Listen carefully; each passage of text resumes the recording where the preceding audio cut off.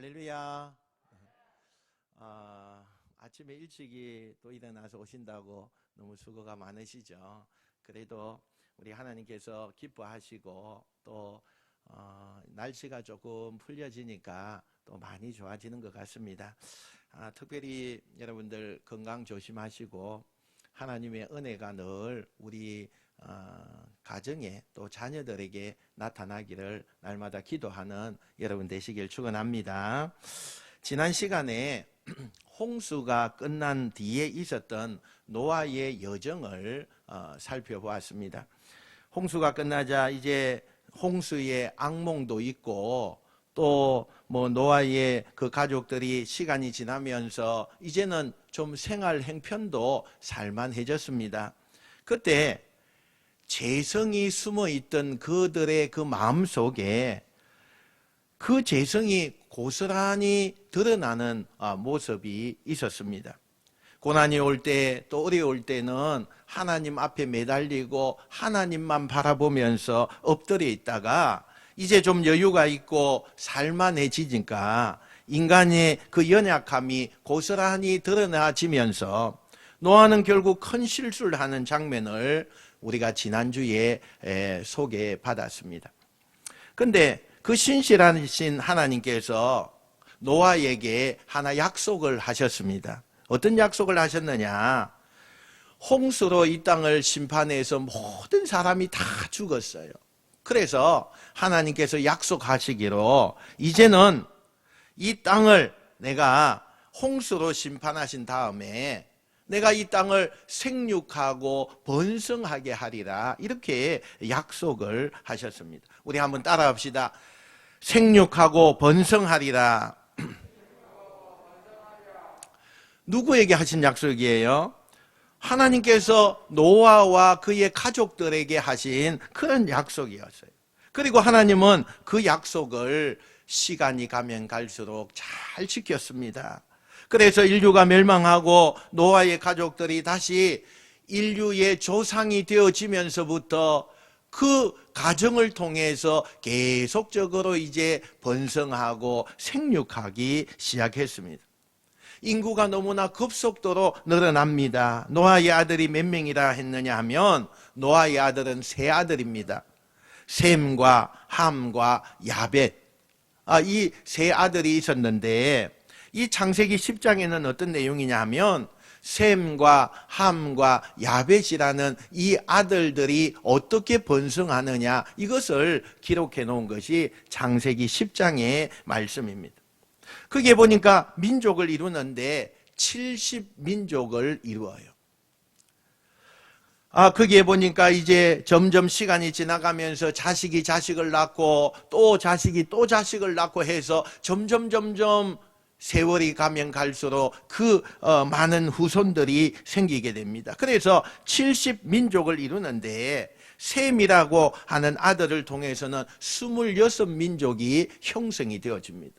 그리고 함이라고 하는 아들 통해서는 30민족이 형성이 되고 야벳이라고 하는 아들 통해서 14민족이 형성이 되어지는 것을 우리가 10장을 통해서 볼 수가 있습니다. 이 야벳의 그 후손들은 오늘날로 말하면 저 터키와 또 유럽 지역을 개척하면서 그곳에서 살아가게 됩니다. 두 번째 아들 함의 후손들은 아프리카, 아라비아, 가나안, 바벨론 지역 이런 곳을 개척을 합니다.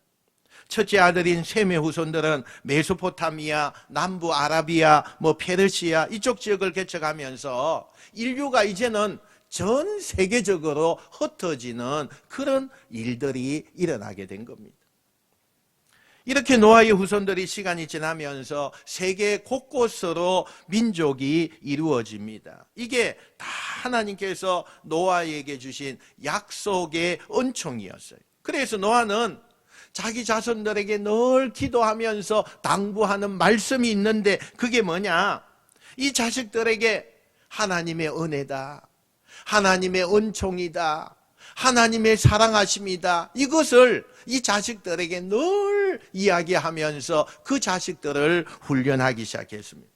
처음에는 자식들이 아버지, 할아버지의 그 하나님에 대한 그 말씀을 듣고 은혜도 받고 뭐 그렇게 하면서 잘 듣다가 이제 점점 노아가 나이가 많아지게 되고 자기들의 삶에 번영이 익숙해진 이 후손들이 이제는 노아인 아버지와 할아버지인 이 노아의 말을 점점 듣지 않게 되는 겁니다.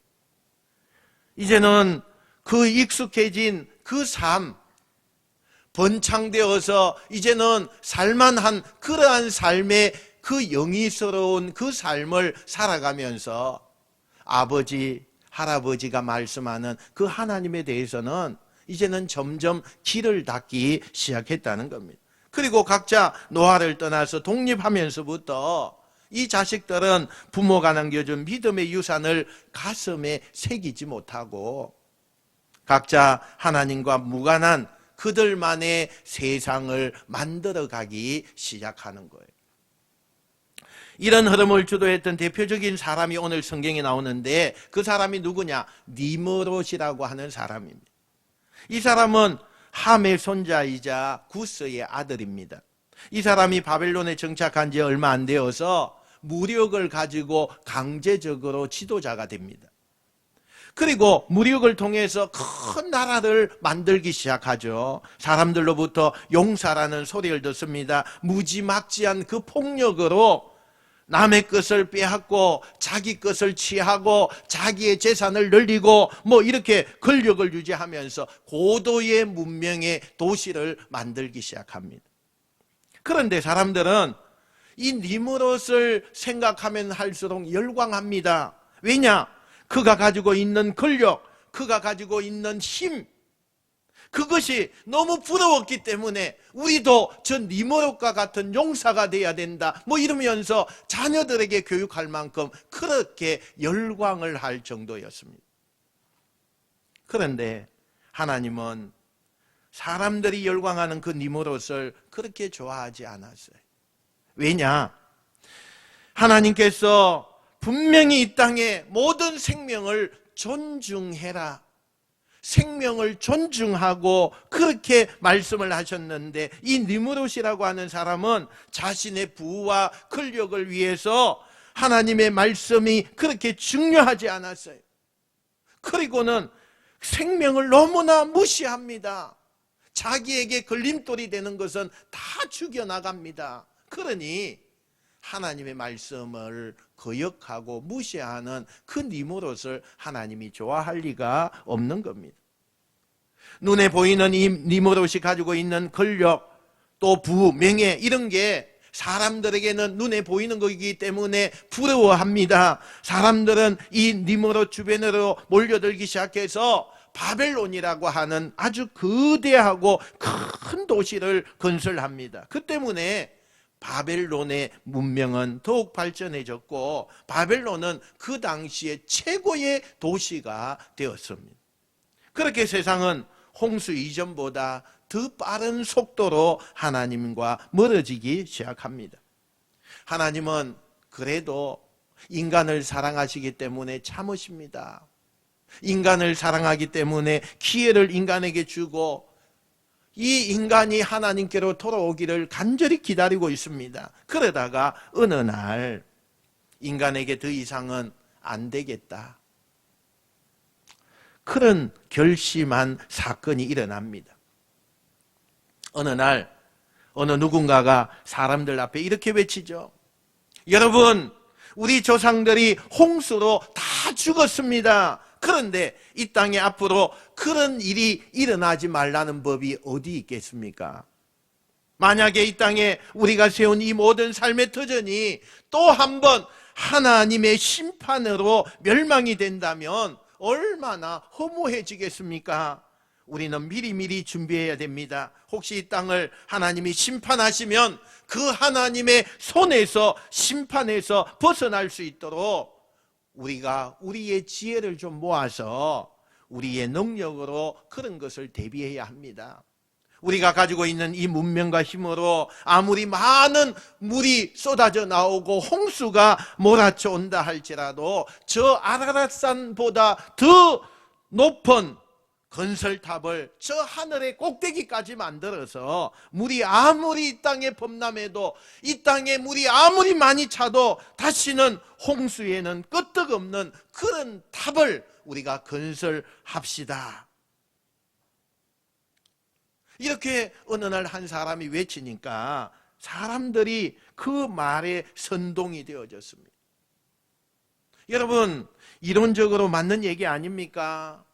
이 땅에 우리 조상들이 겪었던 대홍수 같은 일이 일어나지 말라는 법이 없는데 그때를 대비하자. 그래서 높은 탑을 쌓자. 이론적으로 맞는 이야기 아닙니까? 그런데 이 주장이 대단히 문제가 있는 거예요. 이건 인간들이 도시를 건설하고 문명이 발전되어지고 집을 지었게 되고 이런 차원과는 다른 말씀이기도 한 겁니다. 왜? 이미 하나님께서 인간들에게 다시는 홍수로 이 땅을 심판하지 아니하겠다 약속을 했는데 그 약속을 인간들이 못 믿겠다는 거예요. 뭔가를 짓자는 게 의견이 있는 게 아니라 탑을 건설한다는 이 의도는 하나님의 약속을 못 믿겠다는 거예요. 하나님의 그 존재 사실조차도 믿지 못하겠다는 거예요. 그래서 하나님의 심 말고 우리가 눈에 보이는 그런 힘으로 우리 스스로를 우리가 보호하자는 그런 의도에서 되어지는 말입니다. 태평성대를 누리자는 이 말 가운데 누가 싫어하는 사람이 있겠습니까? 그래서 사람들은 한마음이 바벨탑이라고 하는 이것을 건설하는데 다 뛰어들기 시작합니다. 한쪽에서는 벽돌 나르고 한쪽에서는 그 벽돌을 쌓아나가고 또 그리고 아스팔트를 틈새로 이렇게 채우는 사람, 음식을 나르는 사람 모두가 합심해서 하루가 다르게 그 탑이 점점 높아지기 시작합니다. 사람들은 그저 자기들이 모든 걸 하고 있다고 생각하지만 이 모든 것을 보고 듣고 계신 분이 있었어요. 그분이 바로 하나님이셨어요. 여러분, 아무리 개미들이 날뛰어도 그들이 상상하지 못하는 그런 인간이 있듯이 하나님도 그들 생각하는 너머에 계셨어요. 자기들끼리는 신났어요. 자기들끼리는 탑이 올라가는 것을 보면서 너무너무 좋아하고 그렇게 되어졌지만 그 신난 인간들을 보면서 하나님은 가사로움에 피식 웃습니다. 하나님의 약속을 믿지 않고 인간들의 힘으로 하나님을 대신해 보겠다는 그 발상 자체를 하나님께서는 가사롭게 보고 계시는 거예요. 그러나 이미 하나님께서 노아에게 다시는 이 땅을 심판하지 않겠다고 약속하셨기 때문에 자기에게 맞서는 그 인류를 멸망시킬 수는 없었고 이 바벨탑을 짓는 인간들이 이 가정을 하나님께서 교모하게 막으시는 거죠. 기가 막힌 방법으로 막으세요. 그게 뭐냐? 지금까지 여러분 인류는요 언어가 하나였어요. 모든 사람이 이야기하는 것이 다 그곳에는 하나로 통일되어 있었어요. 이 한 언어를 쓰고 있는 그 언어를 모든 사람들이 다 알아들었기 때문에 그동안은 문제가 없었어요. 그런데 이때 하나님께서 인류에게 각각 언어를 다르게 만들어 버리셨어요. 어떤 사람이 야 여기 봐 여기 벽돌 하나 가져와 하는데 음식을 갖다 주는 거예요. 아스팔트 좀 갖다 줘 그랬는데 그 사람이 못 알아듣고 멀뚱멀뚱 서가 있는 거예요. 왜? 그동안은 무슨 말을 하면 모든 인류가 다 같은 언어였기 때문에 그 모든 것이 다 잘 통했습니다. 그러나 이제는 언어가 달라졌습니다. 그러니 말하는 사람이 아무리 말을 해도 상대방은 알아듣지 못하는 거예요. 계속해서 이런 일이 일어나자 사람들이 이제는 다투기 시작합니다. 내 말을 듣지 않는다고 왜 나를 무시하냐고 내가 무슨 말을 했냐고 뭐 바벨탑을 짓다 말고 사람들끼리 이제는 싸우기 시작합니다. 야심차게 준비했던 이 바벨탑 공사가 중도에 중단이 되게 됩니다. 말이 통하지 않으니까 답답함을 견딜 수가 없는 사람들이 자기들끼리 말이 통하는 그 사람들끼리 하나 둘씩 바벨론을 떠나게 됩니다. 얼마 전까지 그렇게 찬란했고 그렇게 대단했고 화려했던 그 첫 번째 인간의 작품 바벨론의 문명이 이렇게 하나님에 의해서 허무하게 무너져 버린 것입니다.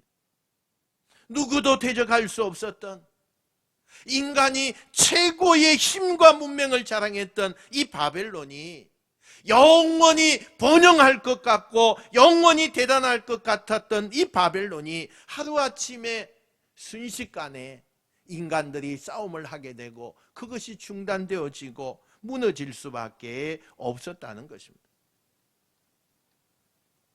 여러분, 왜 이런 일이 일어났을까요? 하나님께서 주신 은총을 이 사람들은 너무나 당연하게 생각을 합니다. 하나님이 주시는 은혜를 감사하게 받아들이지 않고 그걸 악용하는 거예요. 여러분, 이 바벨론이 누구 때문에 번영한 겁니까? 니므롯이라고 하는 이 지도자가 있었기 때문에 번영한 것 아니에요, 여러분. 노아가 잘해서 그런 게 아닙니다. 하나님께서 먼저 이 인류에게 약속하셨죠. 너희를 번성하게 하리라. 하나님이 먼저 약속했기 때문에 그 약속을 지키시는 분이 하나님이신 거예요. 그래서 인류가 번영하는 거예요. 우리가 똑똑하고 내가 너무 잘나서 사업이 잘 되고 우리 가정이 문제가 없고 인류가 번영하는 것이 아니에요. 하나님께서 이 땅을 축복하시기로 약속하셨기 때문에 그 약속을 지키시기 때문에 우리는 번영하는 이 사회를 누리고 있다는 거예요. 여러분, 하나님이 여러분에게 약속의 하나님, 내가 너를 복되고 복되게 하리라, 내 이름을 부르는 자와 그 자손을 내가 영원히 구원하리라. 하나님의 이 약속, 하나님이 우리에게 하신 이 약속이 여러분에게 성취되시고 그 약속 때문에 여러분이 잘 되게 되기를 주의 이름으로 축원드립니다. 어느 인간이 탁월한 지도자가 잘해서 이 인류가 번영하는 게 아니에요. 누구의 리더십 때문에 그렇게 되는 게 아니에요. 하나님께서 그곳에 복 주시기로 약속했기 때문에 그 일이 가능한 거예요. 그런데 노아의 후손들은요, 착각하는 거예요. 내가 잘해서, 지도자가 너무 잘 세워져서 우리가 잘해서 이 땅이 번창하고 있다고 생각하고 있는 거예요. 여러분, 우리의 인생은 어떻습니까? 저는 지금까지 살아온 인생을 돌아보면 우여곡절과 희노애락이 참 많았다고 봅니다. 하나하나 돌아보면 내가 지금까지 살아온 그 자체가 하나님의 은혜였어요. 삼시세끼 먹는 것도 하나님의 은혜고, 내가 누워서 잠자는 것도 하나님의 은혜고, 지금 살아있는 것도 하나님의 은혜예요. 나 같은 사람이 목사가 되어서 그렇게 예수님을 믿고 목사가 된 것도 하나님의 은혜예요. 우리는 다 그런 거예요. 다 그런 거예요.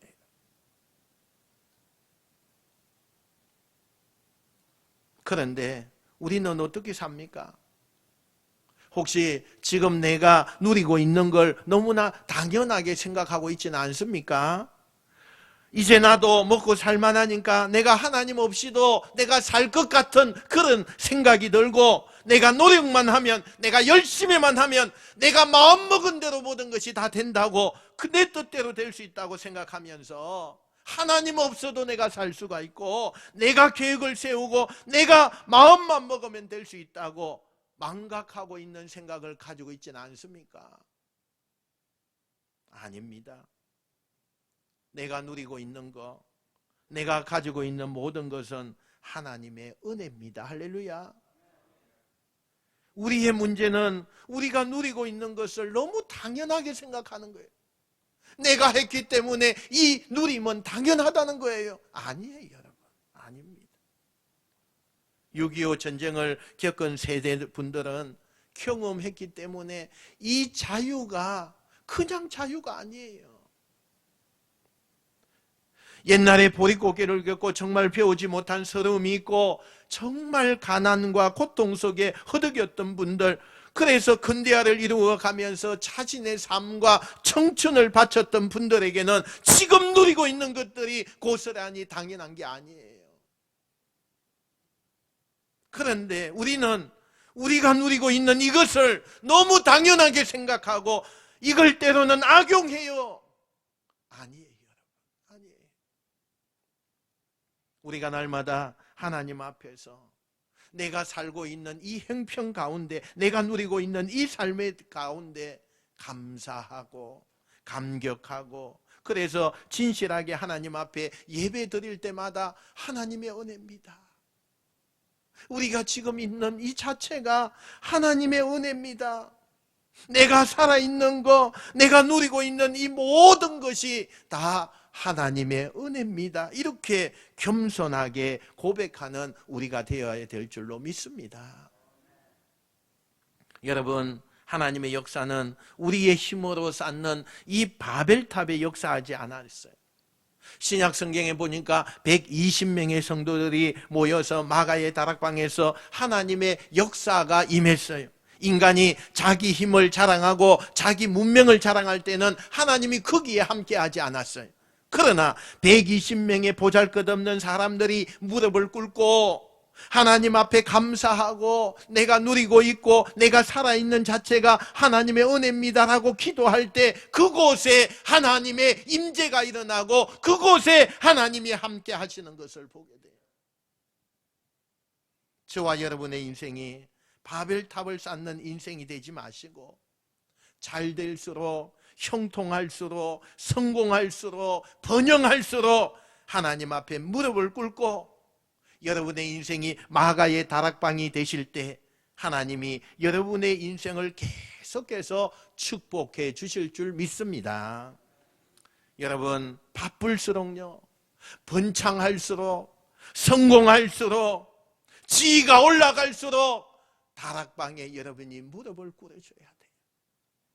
내 이름, 내 번영을 계속 쌓는 것이 아니라 그러면 그럴수록 돌아와서 하나님 앞에 새벽에도 무릎을 꿇고 수요 저녁에도 무릎을 꿇으면서 마가의 다락방에 그 무릎 꿇었던 그 성도들처럼 하나님의 은혜 가운데 내가 한 주간 살았고 내가 이만큼 살고 있는 것도 하나님의 은혜고 내가 내 영혼이 이렇게 번창할 수 있는 것도 하나님의 은혜인 줄 믿습니다 라고 기도하는 여러분 되시길 축원합니다.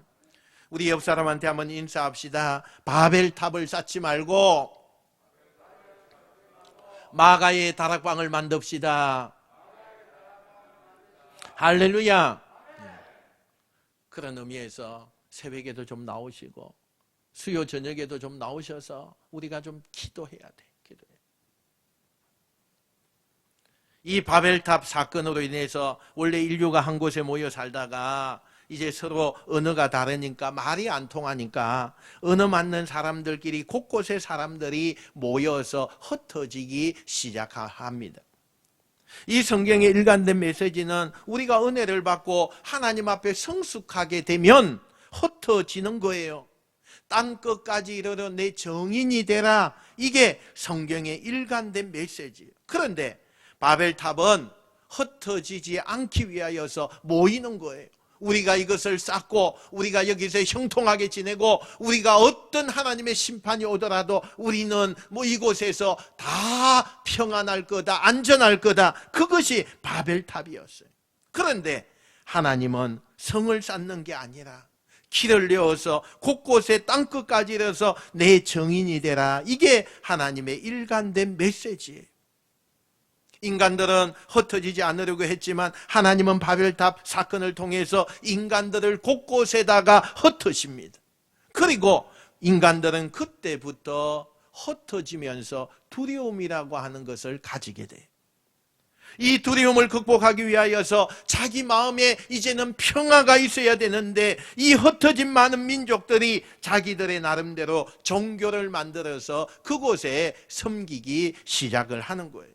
그러니까 인간들이 하나님 앞에 엎드려서 하나님의 은혜를 생각하는 게 아니라 두려우니까 당신 자신이 당장 위로가 필요하고 또 자신들의 마음에 평안을 줄 종교가 자기들에게 필요한 거예요. 그래서 각자의 나름대로 종교를 만들어서 그곳에 인류에 시작하는 단계부터 그 종교가 일어나게 되었다는 거예요. 이때 하나님께서 점점점 하나님으로부터 멀어지고 타락해가는 이 인류를 구원하기 위해서 한 가문을 주목하세요. 그게 누구냐?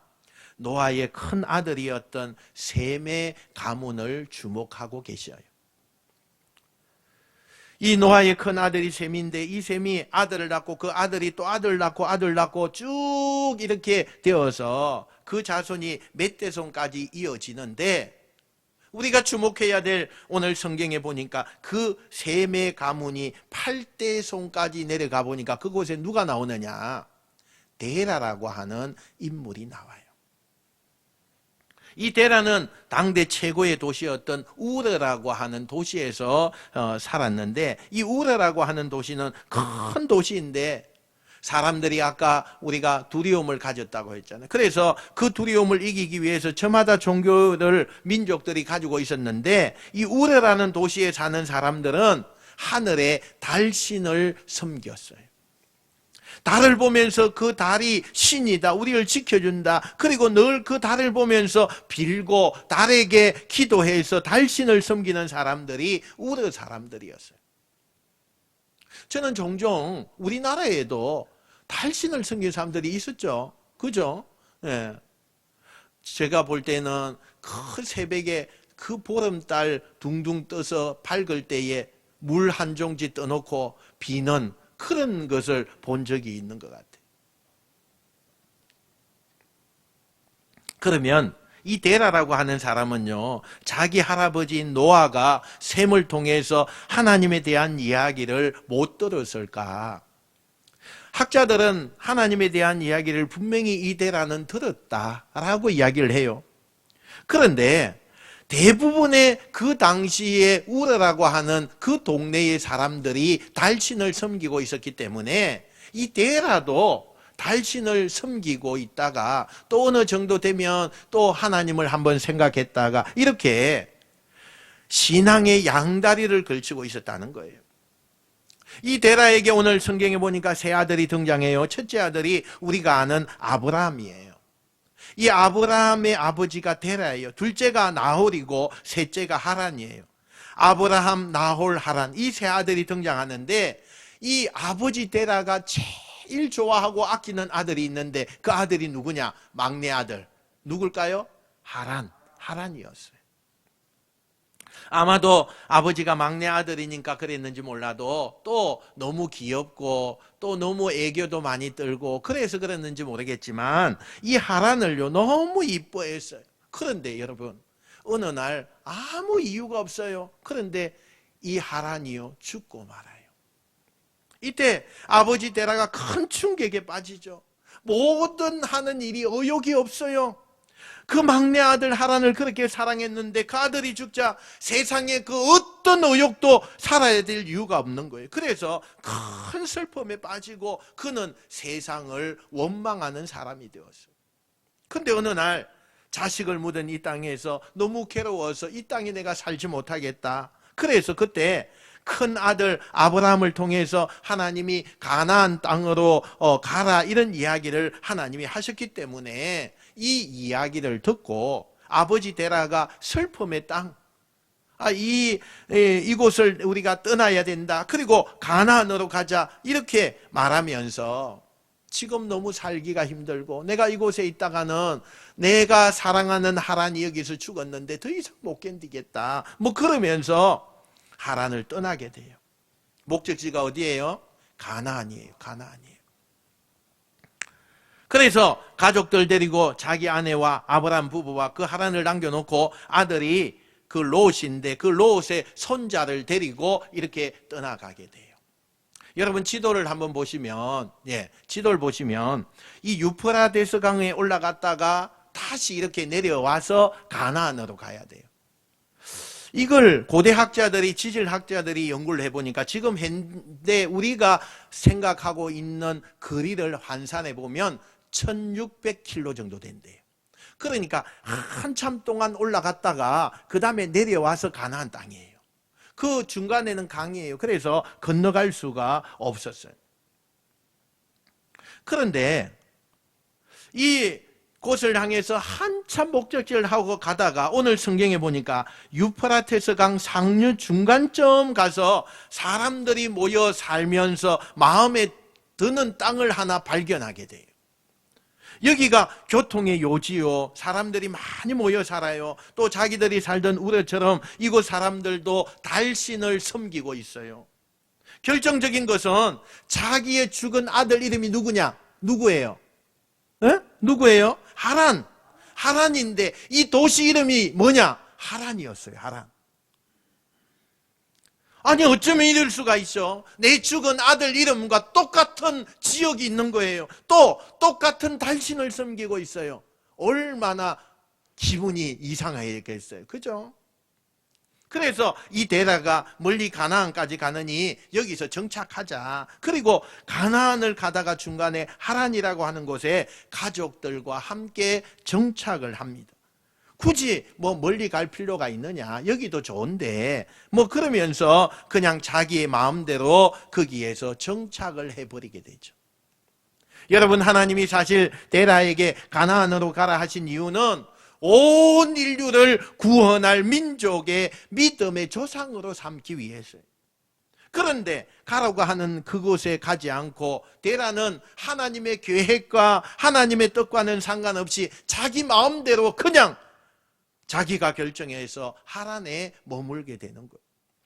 다시 말하면 현실에 만족하고 하나님이 주시는 꿈과 비전을 자기 마음대로 각색하고 자기가 결정해서 중간에 안주하고 멈춰버린 거예요. 그게 여러분 데라라고 하는 사람의 인생이 바뀌어지는 계기가 여기에서 일어난 거예요. 물론 인간적으로 말하면 데라는 가장이기 때문에 가족을 생각할 수밖에 없어요. 아내 걱정도 하고 자식 걱정도 하다 보니까 어린 손자 걱정도 하다 보니까 먼 길로 낯선 데 가는 것보다 익숙하고 쉴만한 여기가 좋겠다라고 인간적으로 생각할 수 있어요. 그러나 중요한 것은 하나님이 나에게 나의 삶의 목표, 하나님이 나에게 주신 사명, 그것을 끝까지 이루지 못했다는 거예요. 여러분, 성경에 보면 믿음의 사람들은 절대로 안주하지 않아요. 모세를 보십시오. 그가 광야에서 적당히 살지 않고 끝까지 가나안에 갑니다. 여호수아는 가나안을 정복할 때까지 절대로 쉬지 않습니다.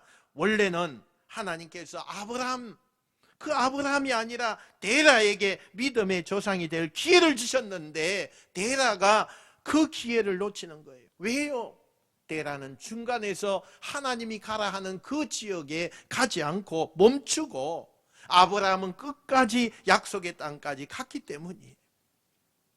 여러분, 내 인생이라고 내가 결정하는 게 아니에요. 하나님께서 우리에게 맡겨주신 목적을 향해서 중간에 멈추지 않고 끝까지 가는 사람이 의미 있는 인생이요, 하나님이 함께 하시는 인생이에요. 가끔 교인들 가운데 내가 권사가 되고 장로가 됐으니까 이제 다 됐다, 권사가 되고 장로 됐다고 다 된 거 아니에요. 하나님이 여러분들을 그런 귀한 직분에 세운 것은 그런 자리까지 갔다고 이제는 끝났다고 그게 아니라 이 땅에 구원할 영혼이 한 명도 없을 때까지 전도하고 이 귀한 교회 구석구석에 기둥이 되라고 그렇게 하나님께서 여러분에게 목표를 주신 거예요.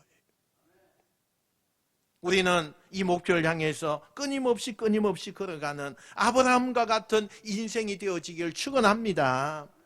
눈에 보이는 현실에 안주하지 말고 끝까지 전진하는 부강교회와 성도들이 되시길 축원합니다. 한번 따라합시다. 중간에 멈춰서면 안 됩니다. 내 생각대로 멈추면 안 됩니다. 할렐루야, 할렐루야. 여러분, 이만하면 됐다고 멈추지 마세요. 건강하다고 자부하지 마세요. 내 자식은 그럴 일이 없다고 말하지 마세요. 끝까지 하나님이 우리에게 면류관을 주실 때까지 마지막까지 최선을 다해서 아브라함처럼 여러분의 가문이, 우리 교회가, 우리의 인생들이 하나님의 손에 쓰임받게 되기를 주님의 이름으로 축원드립니다. 오늘 말씀을 정리합니다. 내가 지금 누리고 있는 이 모든 삶의 은혜를 당연하게 생각하지 마세요. 하나님 감사합니다. 오늘 하루를 살면서 하나님 감사합니다. 이번 한 주간을 살면서 당연하다고 생각하면 안 돼요. 하나님의 은혜입니다. 내 자녀들 건강한 거 하나님의 은혜입니다. 자녀를 낳고 사는 거 하나님의 은혜입니다. 여러분 암 없이, 여러분 병원에 입원하지 않고 오늘 두 발로 걸어와서 여기 앉아 있는 거 하나님의 은혜입니다. 여러분, 그래서 우리는 날마다 예배할 때마다 하나님 앞에 나와서 감사 예배를 드려야 돼요. 두 번째, 절대로 안주하면 안 돼. 하나님은 나 하나 잘 먹고 잘 살라고 이렇게 만드신 게 아니라 저 가나안까지 가라고, 영적인 가나안까지 가라고 우리에게 목표를 주셨으니 그 목표를 향해서 우리가 전진하셔서 하나님이 우리 교회를, 우리 가문을 롱런하게끔 그냥 한순간에 딱 쓰고 반짝이는 그 별에서 없어지는 게 아니라 더 오랫동안 끝까지 쓰시는 이 땅에 하나님의 손에 붙들림을 받는 작은 벽돌들이 저와 여러분이 되시기를 주님의 이름으로 축원드립니다. 축원드립니다.